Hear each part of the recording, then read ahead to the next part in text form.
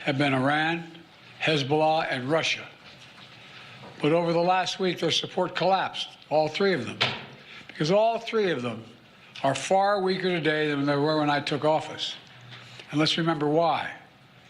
After Hamas attacked Israel on October the 7th, 2023, when much of the world responded with horror, Iran and its proxies chose to launch a multi-front war against Israel. That was a historic mistake on Iran's part. Today, Iran's main territorial proxy, Hezbollah, is also on its back. Only 12 days ago, I spoke from the Rose Garden about the ceasefire deal in Lebanon, a deal that was only possible because Hezbollah has been badly degraded. Meanwhile, Hamas has been badly degraded as well. Iran's own military capabilities have been weakened. Iran tried 2 times to attack Israel and the United States and build a coalition of countries to directly defend Israel and help defeat those attacks.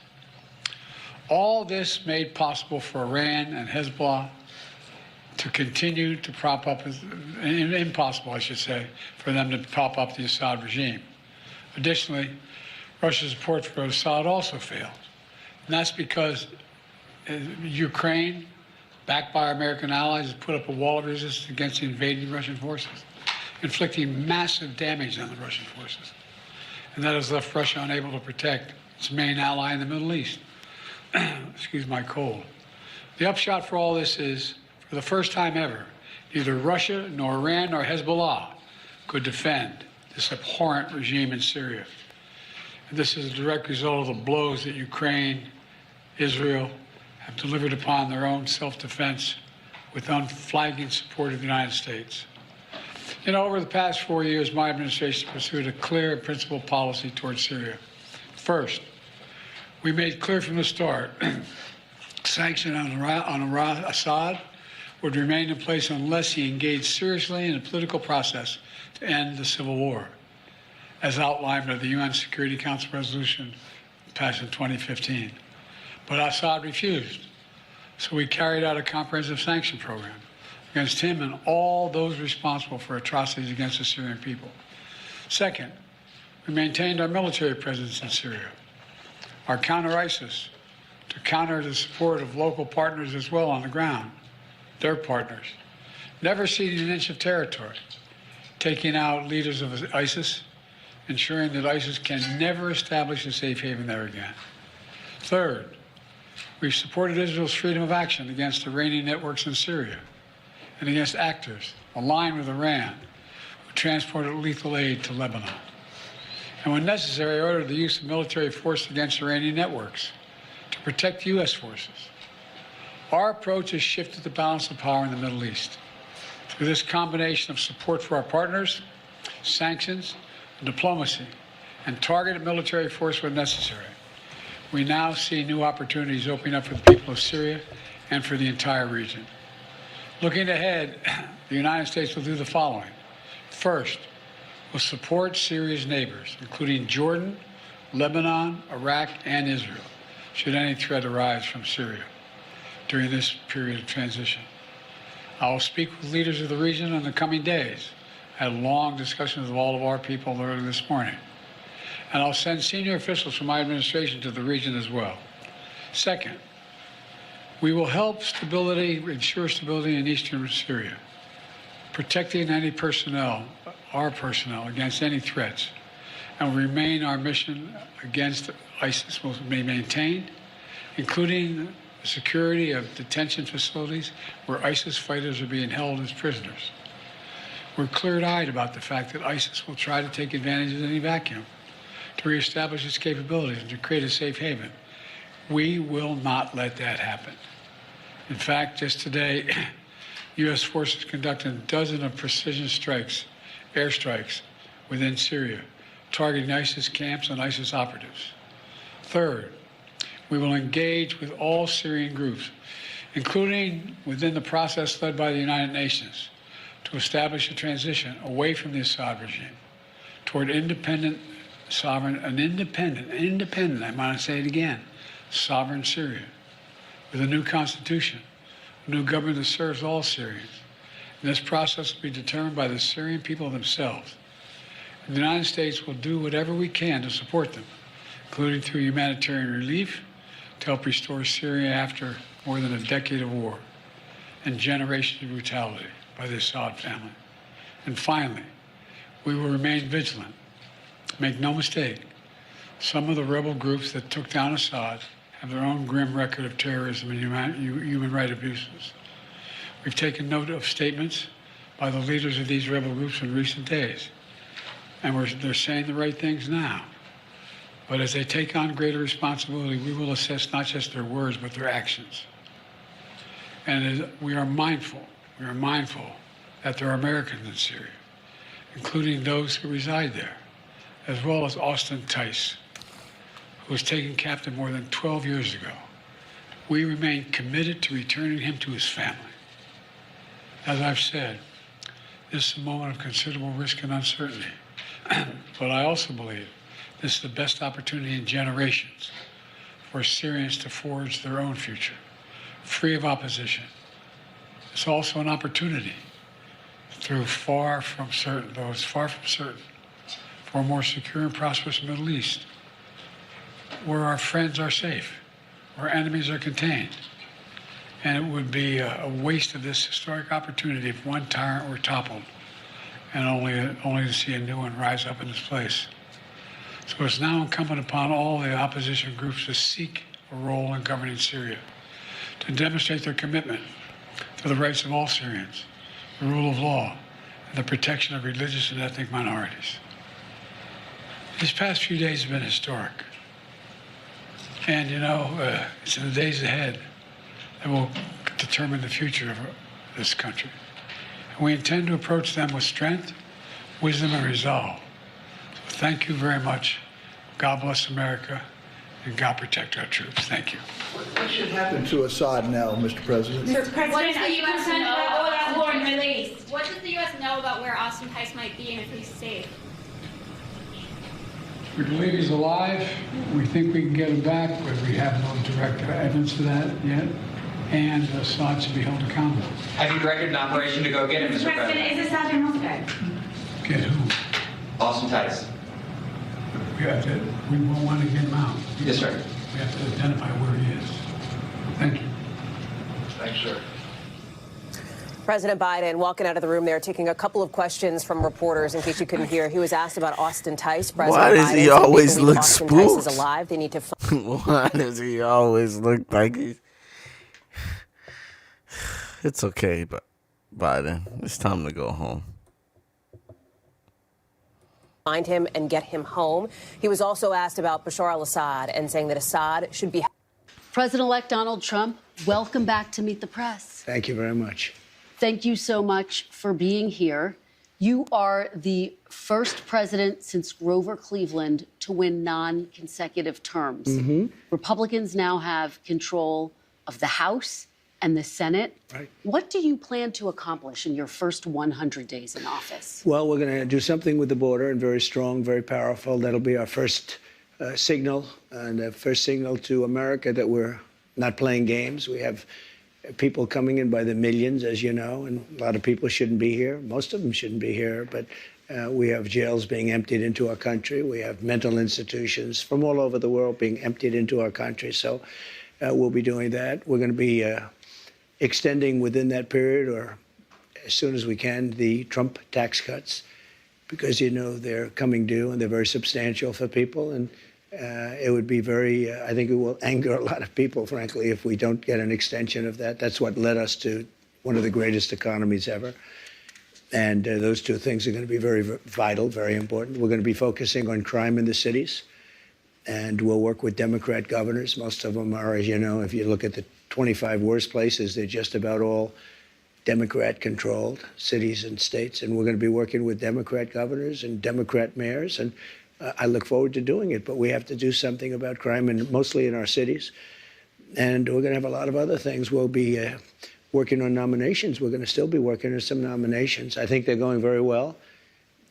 We have, for the most part, I think they're going extremely well. It looks like Peter's doing well now. I mean, people were a little bit concerned. He's a young guy with a tremendous track record, actually. He went to Princeton and went to Harvard. He was a good student at both, but he loves the military, and I think people are starting to see it. So we'll be working on his nomination along with a lot of others. We are going to delve into your nominations, but since you bring him up, do you still have confidence in Pete Hegseth? Yes, I do. I really do. He's a very smart guy. I've known him through Fox, but I've known him for a long time. And he's basically a military guy. I mean, every time I talk to him, all he wants to talk about is the military. He's a military guy. I used to kid him about it. I didn't think it would be in this position where he may be, hopefully will be Secretary of Defense. But every time I was with him, he was fighting for soldiers, where he said some soldier was unjustly put in prison because they were really doing what they were taught to do, in some cases. So, yeah, I think he's going to do fine. The fact that there are these allegations against him, misconduct, sexual misconduct, heavy drinking, the fact that he said to some senators reportedly he'll stop drinking if he gets this job, does that worry you? No, I think that everybody has something that they can stop. Some people can stop eating. I'm lucky I'm not a drinker, but I could stop eating. And we all want to stop doing something. And if he said that, I mean, it's a nice thing to say. That's a good thing to say. But he's very respected. I can tell you, I know a lot of the people at Fox, they think he's fantastic. And the people that work with him, really, they love him. So I think you're going to have somebody that's really terrific. And again, all he talked about with me, I said, you know, you're not really a television guy, even though he did very well, as you know. You're really a military guy. He said, I'm all about the military. And I told him, so he's making a lot of money at Fox. They're doing very well. And I said, you know, if for some reason you don't get this thing, you're not going to be able to go back. And all that money you're making, you can kiss it goodbye. He said, this is all about America. You know, he didn't say, well, let me think about it, let me discuss it. That's a very big, risky thing.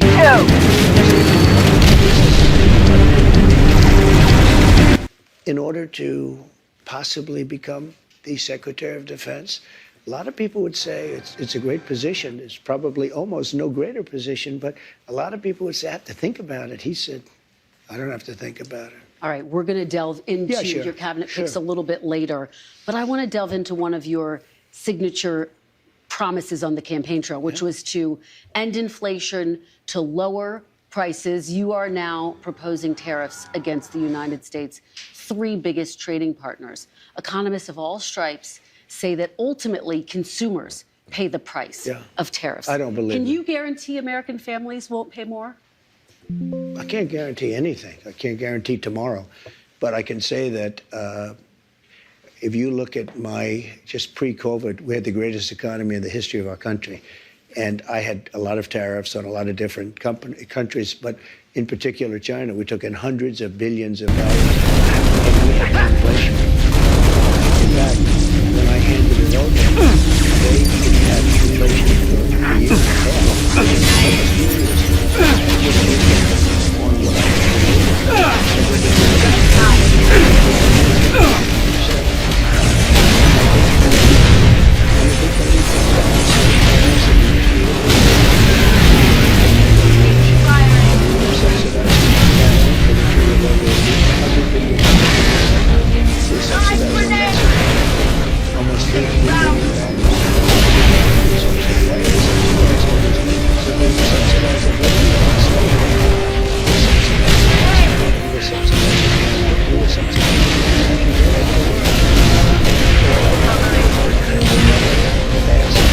But fair playing field.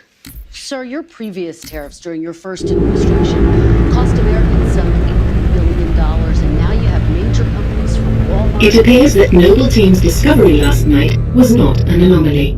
Large Covenant deployments have occurred undetected, and we are now under attack across the Vieri territory, including orbital defenses. As per the winter contingency, we are countering on every front. Noble's reconnaissance has also identified sophisticated Covenant army hiding canopies, and has pinpointed what's believed to be a landing zone for additional Covenant forces, the origin of which is yet to be determined.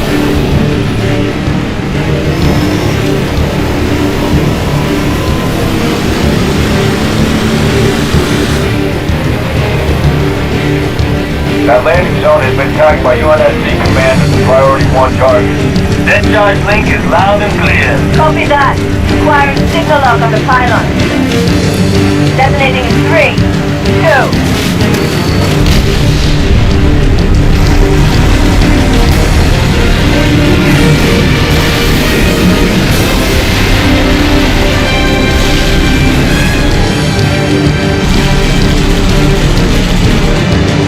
Incoming! Might want to hold on to something.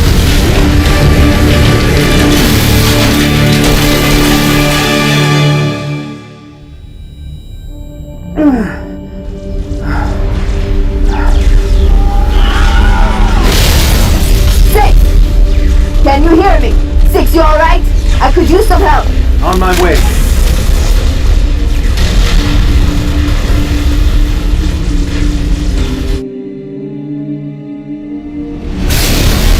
Jack, 6, what's your status? Pylons are down. We're pushing up the hill.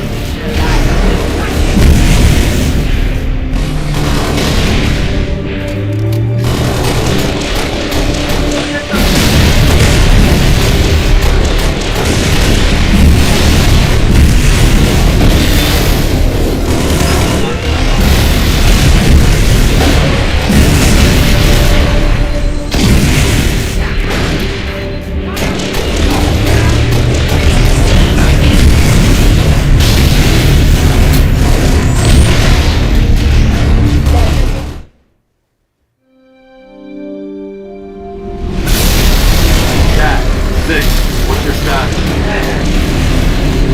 Pylons are down. We're pushing up the hill.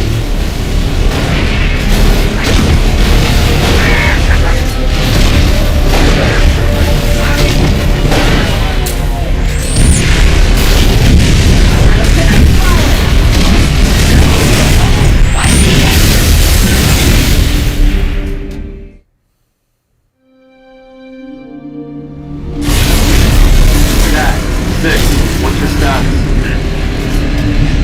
Pylons are down. We're pushing up the hill.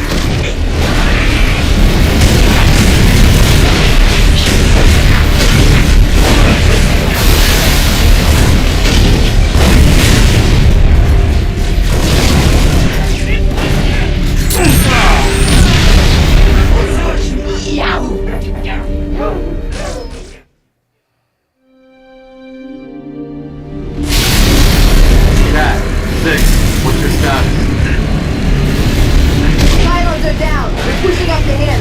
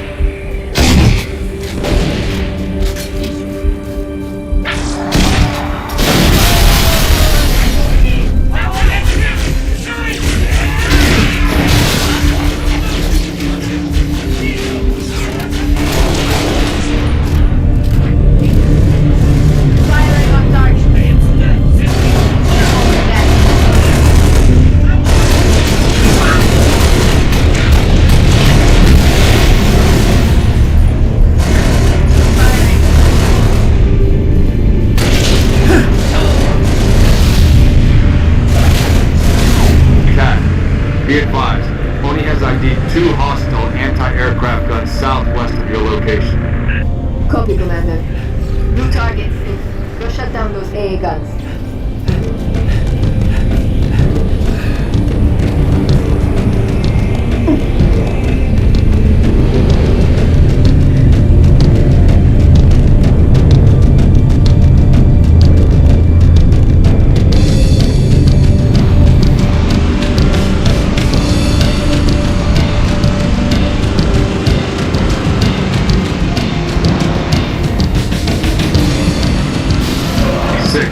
AA gun should be in visual range. 2 Lima Ford and Noble 1, those guns are pounding us with high-velocity plasma shells. Which would mean a strike by the British Blackburn is also out of the question. Noble 6, all our birds are stuck out of range unless you can do something about those guns.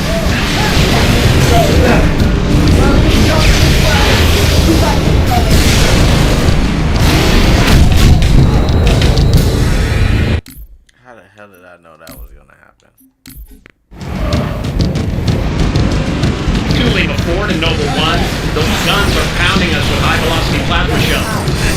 Which would mean a strike by the British Blackburn is also out of the question. Noble 6, all our birds are stuck out of range unless you can do something about those guns.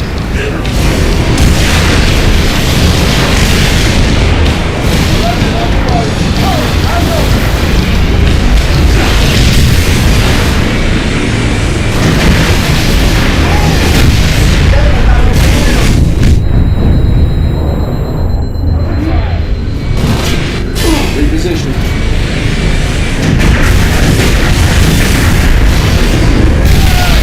Not good.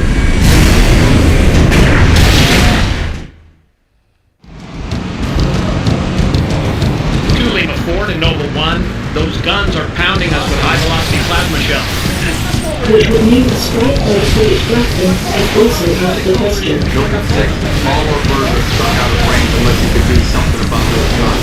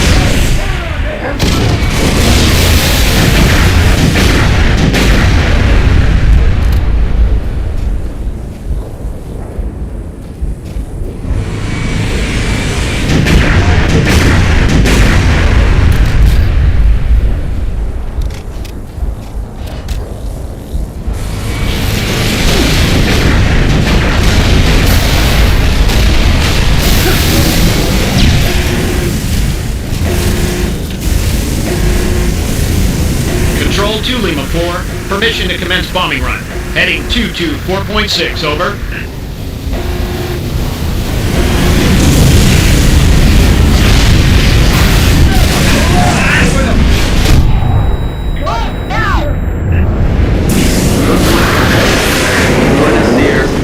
Skies are clear. God damn.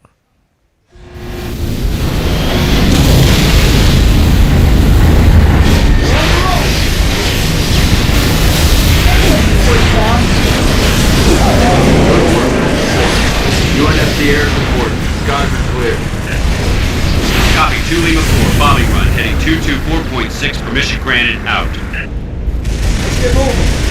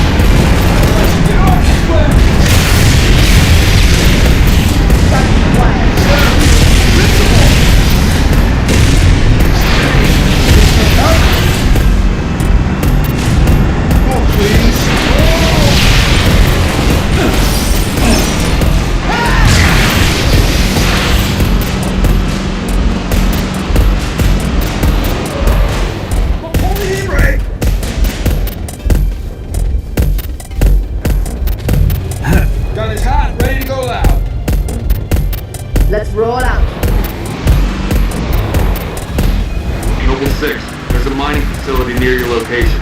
Covenant are using it as a command outpost. Troopers on site have already engaged.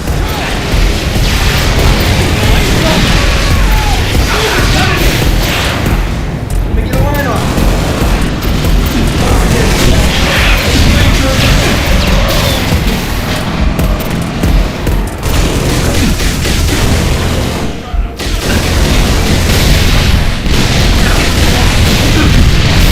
New intelligence.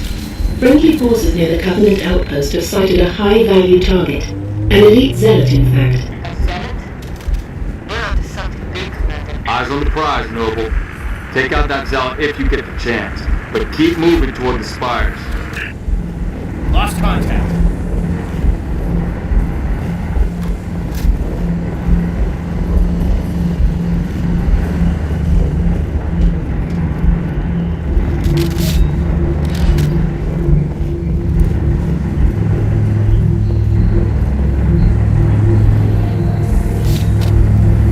Can't see him.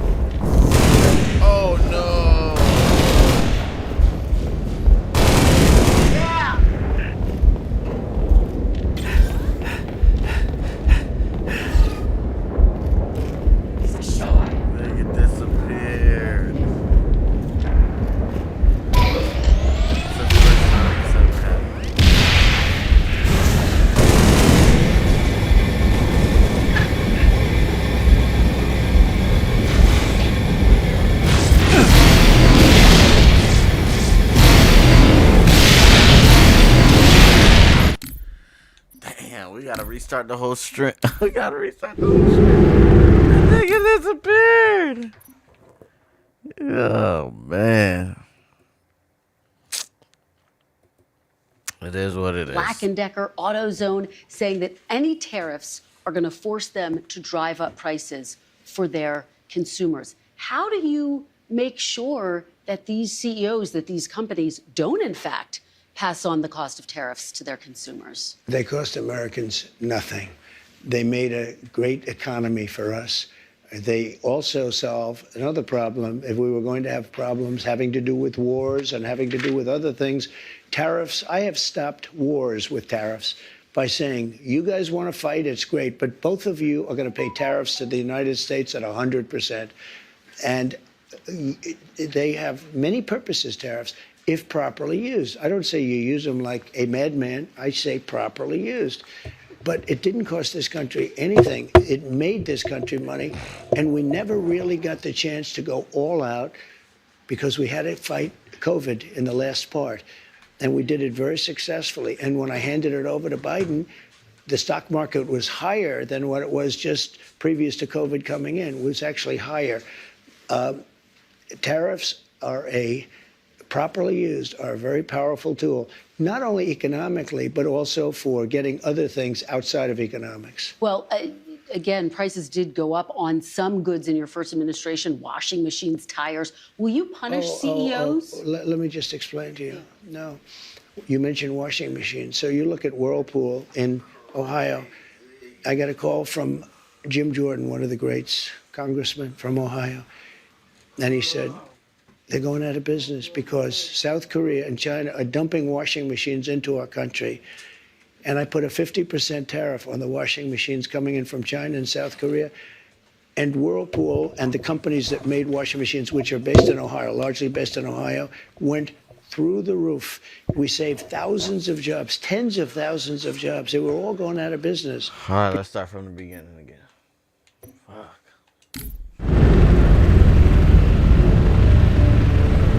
It appears that Noble Team's discovery last night was not an anomaly. Large Covenant deployments have occurred undetected, and we are now under attack across the Vieri territory, including orbital defenses. As per the winter contingency, we are countering on every front. Noble's reconnaissance has also identified sophisticated Covenant army hiding canopies, and has pinpointed what's believed to be a landing zone for additional Covenant forces, the origin of which is yet to be determined.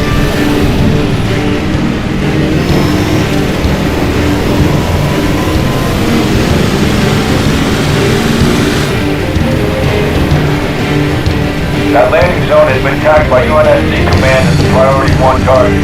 That charge link is loud and clear. Copy that. Requiring signal lock on the pylon. Detonating in 3, 2.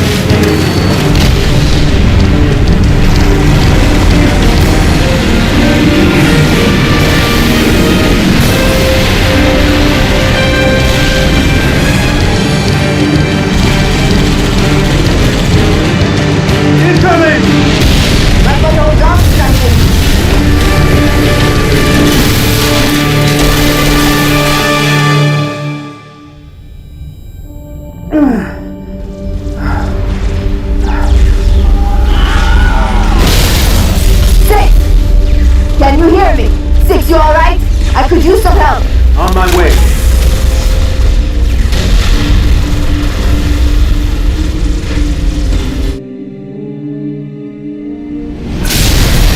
Cat, 6, what's your status? Pylons are down. Coming in.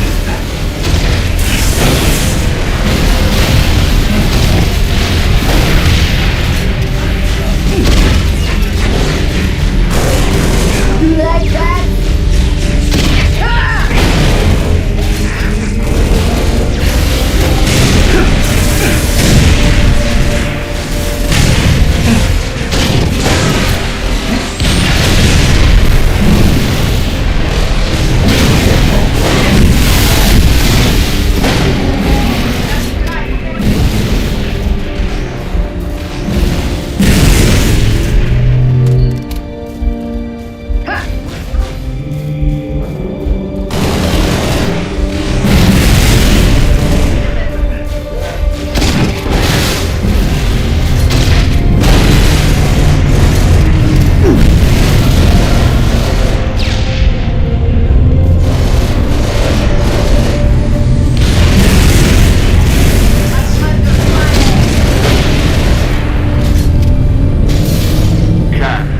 Be advised, Pony has ID'd 2 hostile anti-aircraft guns southwest of your location. Copy, Commander. New target 6. Go shut down those AA guns.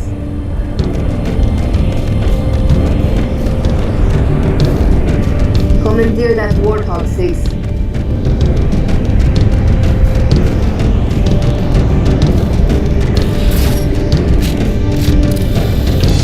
All aboard. All right. Give me a ride.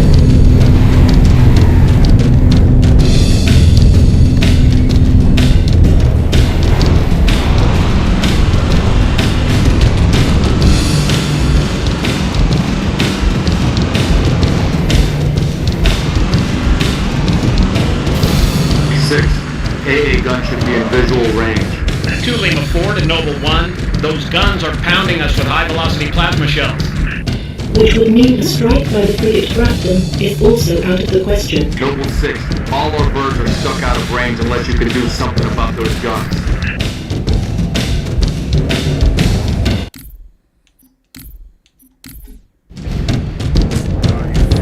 Turrets go. Which would mean a strike by the frigate Grafton is also out of the question. Noble 6, all our birds are stuck out of range unless you can do something about those guns.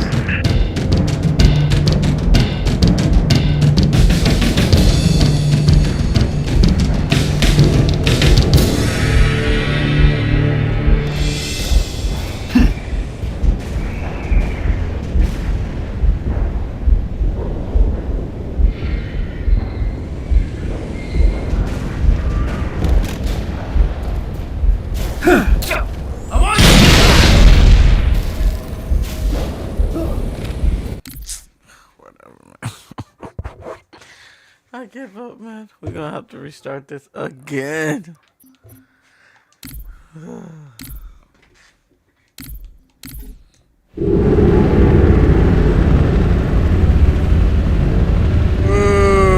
It appears that the Noble team's discovery last night was not an anomaly.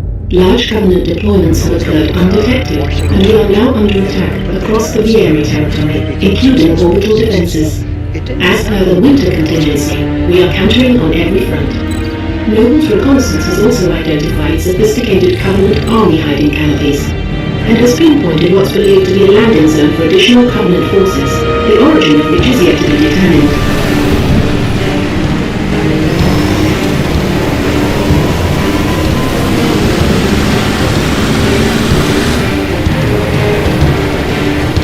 That landing zone has been tagged by UNSC Command as a Priority 1 target. Dead Josh Link is loud and clear. Well,